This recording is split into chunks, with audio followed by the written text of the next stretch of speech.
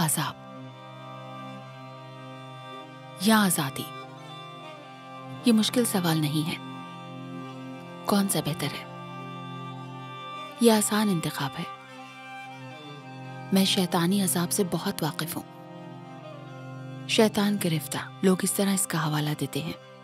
مجھ میں بھی 7 شیطان تھے، میرے بدن کے اندر 7 شیطان رہتے تھے۔ میں یہ عذاب آپ کو بیان نہیں کر سکتی، اس تکلیف کو۔ پھر جناب مسیح نے مداخلت کی،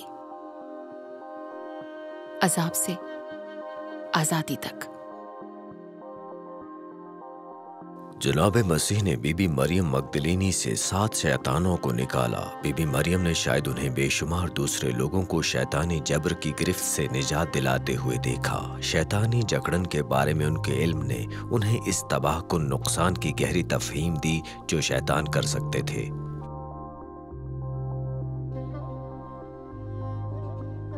انجیل شریف میں میرے بارے میں بہت زیادہ درج نہیں ہے۔ میں مریم مگدلینی، جناب مسیح نے مجھے 7 شیطانوں کے عذاب سے نجات دلائی تو میں نے ان کی پیروی شروع کر دی، عورتوں کے ایک گروہ کے ساتھ۔ ہم میں سے کچھ ذاتی دولت سے ان کی خدمت کرنے کے قابل تھیں۔ حیران کن، دولت کے بارے میں یا دولت مند عورتوں کے بارے میں؟ یہ عورتیں جن کے شوہر انہیں اپنا مال استعمال کرنے دیتے ہیں۔ جیسے میں نے کہا، میرے بارے میں زیادہ معلومات نہیں۔ میں نے جناب مسیح کی پیروی کی، ان کی اذیتوں سے لے کر ان کے مصلوب کیے جانے تک، اور پھر ان سے کلام بھی کیا۔ ان کے دوبارہ جی اٹھنے کے بعد میں ان سے کلام کرنے والی پہلی انسان تھی۔ میں نے رسولوں کو ان کے بارے میں بتایا۔ یہ کتاب مقدس میں میرا آخری ذکر ہے۔ میں جانتی ہوں کہ شیطان بری روحیں ہوتی ہیں، وہ لوگوں میں رہتے ہیں، انہیں تکلیف دیتے ہیں اور ان پر ہر طرح کا ظلم و تشدد کرتے ہیں۔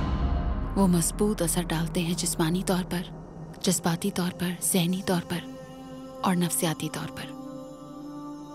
مجھے یاد ہے میں نے ایک نوجوان کو دیکھا، بہت چھوٹا تھا وہ، جو شیطان کے قبضے میں تھا، جس نے اسے بولنے یا سننے کے قابل نہیں چھوڑا تھا۔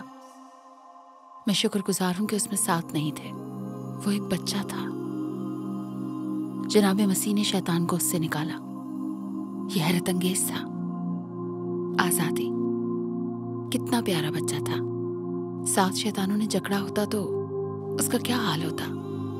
لیکن گراسینی کے ایک آدمی میں اتنے زیادہ شیاطین تھے کہ وہ اپنا نام لشکر پکارتے تھے، یعنی 5000 فوجی۔ یہ ایک رومی لشکر کی تعریف ہے، کم از کم 5000۔ تشدد بہت برا تھا، وہ ٹوٹ چکا تھا، وہ لوگوں میں نہیں رہ سکتا تھا۔ جناب مسیح نے تمام شیاطین کو نکال دیا، سب غائب، پورا لشکر چلا گیا۔ بالکل ابتدا سے ہی لوگ شیاطین گرفتہ لوگوں کو مسیح کے پاس لاتے۔ ان میں بیماریوں اور درد میں مبتلا افراد سے فرق کیا گیا اور مفلوج افراد سے بھی۔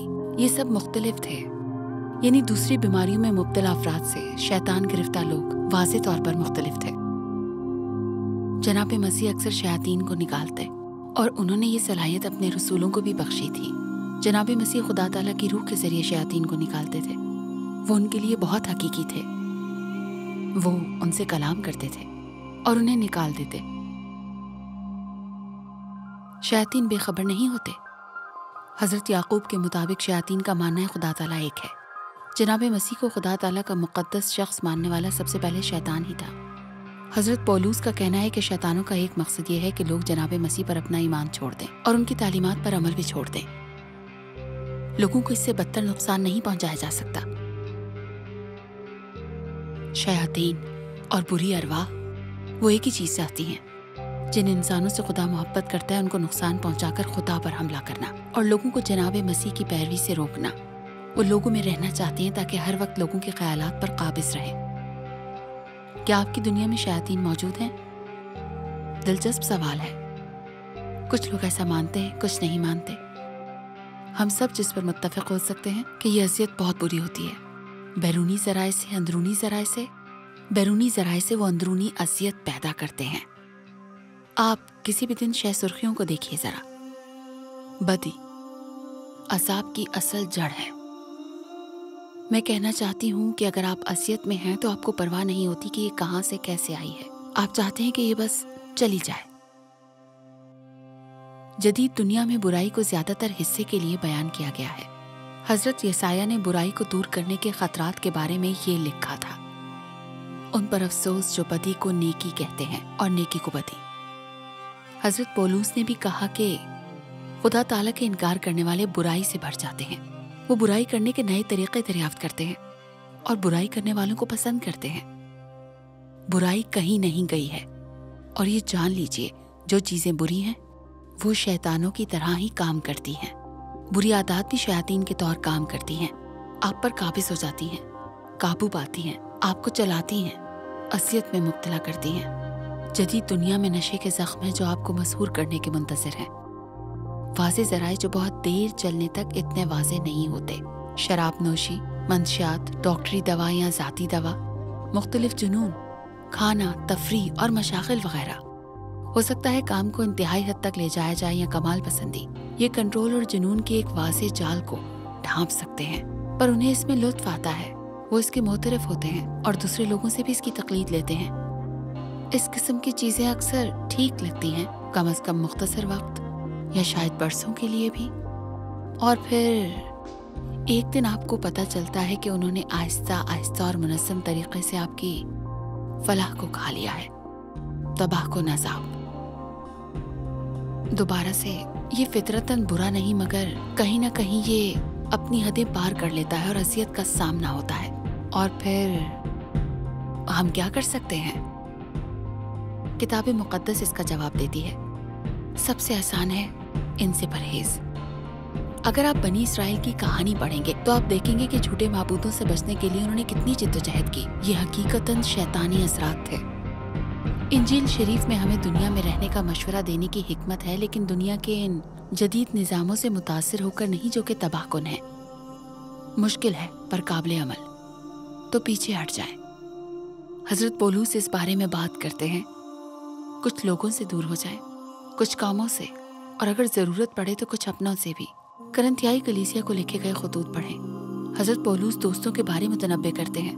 ان رشتوں اور روابط کو نظر انداز نہ کریں جو آپ جناب مسیح کی پیروی کرنے والوں سے کرتے ہیں. اگر حالات خاص طور پر مشکل ہیں تو آپ کیا کرتے ہیں؟ آپ کئی بار دور جانے کی کوشش کرتے ہیں پر نہیں کر پاتے. اچھی خبر یہ ہے، جناب مسیح نے ظاہر کیا کہ ان کی قدرت کسی بھی شیطان یا تباہ کن سرگرمی اور اس کے ساتھ آنے والے کسی عذاب سے کہیں زیادہ ہے. حضرت پولوس پھر کہتے ہیں، بلکہ اچھی طرح کہتے ہیں، اس دنیا کے طرز عمل اور رسم و رواج کی نقل نہ کریں، لیکن خدا تعالیٰ آپ کے سوچنے کے انداز کو تبدیل کر کے آپ کو ایک نئے شخص میں بدلتے ہیں.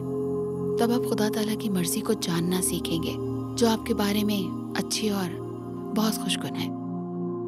میں اس کا ثبوت ہوں، آزادی دینے والی زندگی کا ثبوت جو صرف جناب مسیح ہی دے سکتے ہیں.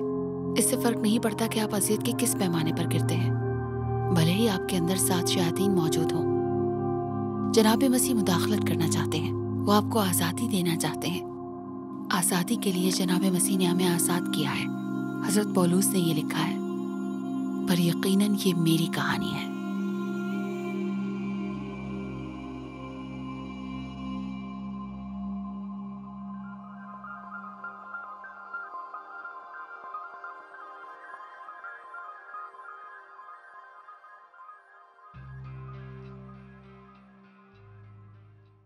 عزیز ناظرین، اس ویڈیو کو دیکھنے کے بعد اگر آپ انجیل شریف کا مفت نسخہ حاصل کرنا چاہتے ہیں تو ہمیں اپنا مکمل پتہ بما موبائل فون کے ارسال کر دیں. ہم پوری کوشش کریں گے کہ آپ تک انجیل شریف کا مفت نسخہ پہنچ جائے.